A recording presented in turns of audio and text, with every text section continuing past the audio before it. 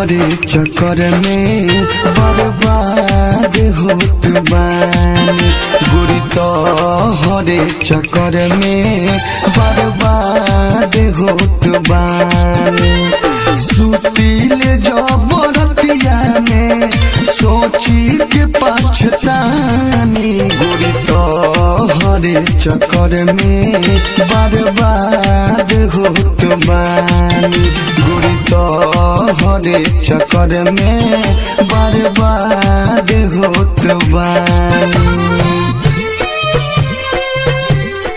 Presented by Ansu Videsi Official।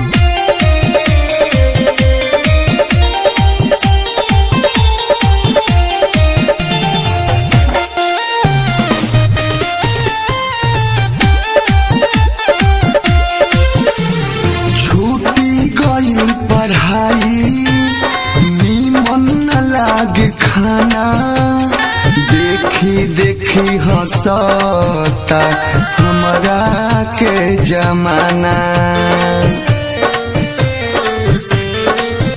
हाँ छूटी गइल पढ़ाई निमन न लागे खाना देखी देखी हंसता हमरा के जमाना अखिया से हमरा गिरता रोजे रोजे हो पानी गोरी तोहरे चक्कर में बर्बाद होत बानी।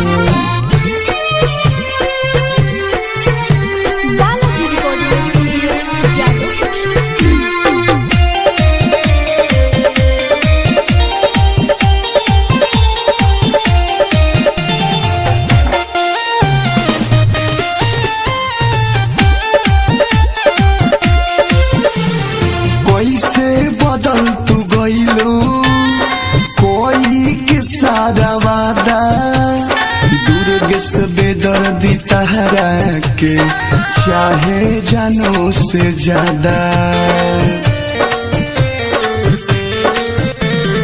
कैसे बदल तू गइलू कोई के सारा वादा दुर्ग से बेदर्दी तहरा के चाहे जानो से ज्यादा यादों विदेशी के गम के गाना के सुनतानी गोरी तोहरे चक्कर में बर्बाद होत बानी।